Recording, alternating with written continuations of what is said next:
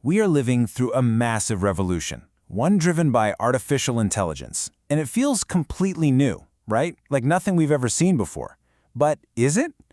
To really understand where we're going, we need a map. We need a blueprint from the past. And honestly, the best one we have is the last time technology completely turned our world upside down, the first industrial revolution. So, here's how we're going to break it down. First, we'll put these two revolutions side by side. Then we'll look at the engines that powered them. We're talking from steam power to processing power. We'll dig into who holds the power in these shifts, look at the very real human impact, and finally, we'll ask the big question: can history teach us how to actually govern this thing better this time around?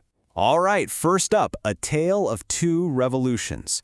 How does a change big enough to reshape the entire world even get started? So, the first industrial revolution. It wasn't just another small step forward. It was a complete rewrite of the economic rulebook. For the first time in human history, economic growth wasn't just a temporary blip. It became a permanent, sustained force.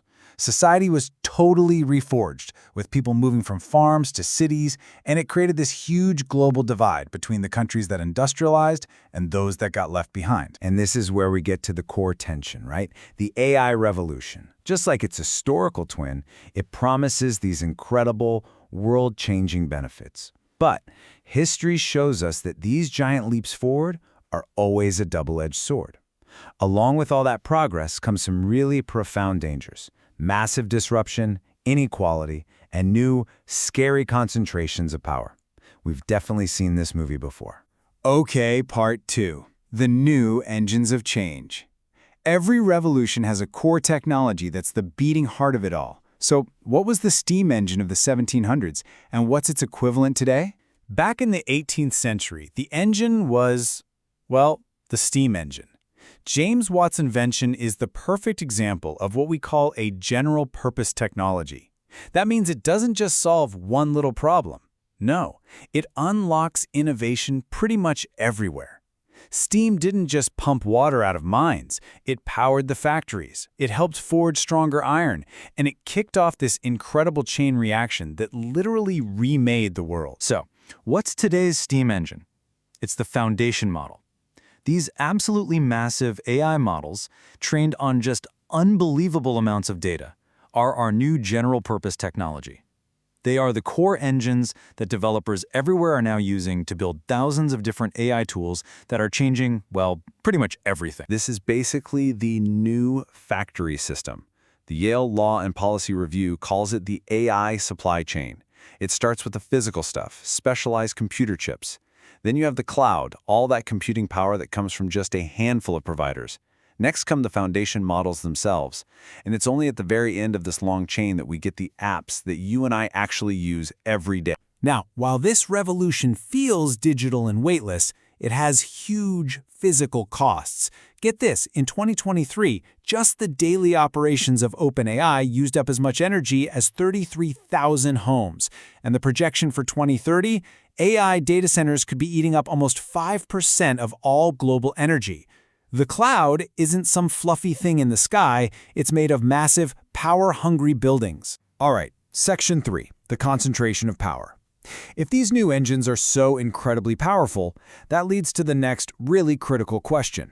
Who owns them? Let's look back.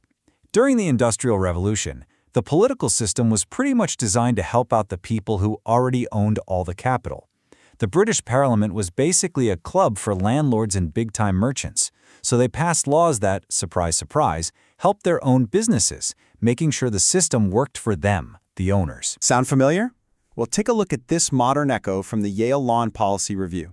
Instead of a parliament of landlords, we have what they call an AI oligopoly. Just a handful of tech giants now control the core of that entire AI supply chain we talked about. And that concentration of power, as the source warns, could be really dangerous for democracy itself. The comparison here is it's startling. Back then, laws called the Enclosure Acts basically privatized common lands, creating massive wealth for a few and a huge landless workforce for the new factories. Today, the new capital isn't land, it's data and computing power, and it's being enclosed by tech giants, creating what some call kill zones, where new, smaller competitors just can't survive. Okay, section 4, the human equation. So we've talked tech, we've talked power, but what does all of this actually mean for us?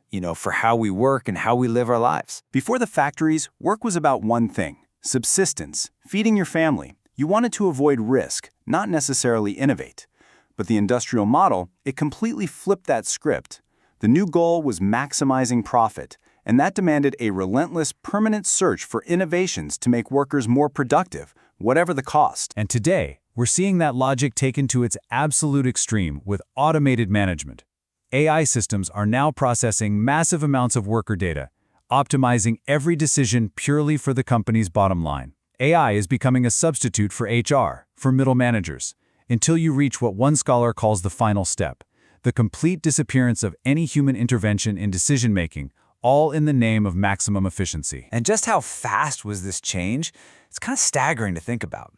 By 1841, after just a few decades, 75%. That's the percentage of the workforce in England and Wales that had moved out of agriculture and into factories and services. An entire way of life just gone in about a single generation. So here we are today facing a really critical parallel. The displaced farmers of the 1800s, you could say they're the knowledge workers of the 2020s. Mechanization wiped out routine manual labor. AI is now getting ready to automate routine cognitive tasks, promising another massive tectonic shift in the way we all work. So all of this leads to the final and maybe the most important section. Knowing everything we know from history, can we do better this time? Can we actually write better rules for the AI revolution? There's this myth that the Industrial Revolution was just a pure free market Wild West kind of thing. But that's not the whole story. Britain used protectionist policies to build its industrial might. The Yale source argues we need that same kind of proactive thinking for AI. We need rules in place to manage the risks, to prevent monopolies, to make sure there's always a human in the loop, and to actually encourage real competition. And so we end with this. History shows us, loud and clear, that these revolutions are not just forces of nature. They're shaped by human choices, by laws, by power. They create incredible wealth, but they also tend to create very clear winners and losers. The question for us, for right now, is how do we learn from the past to write the rules for this new age?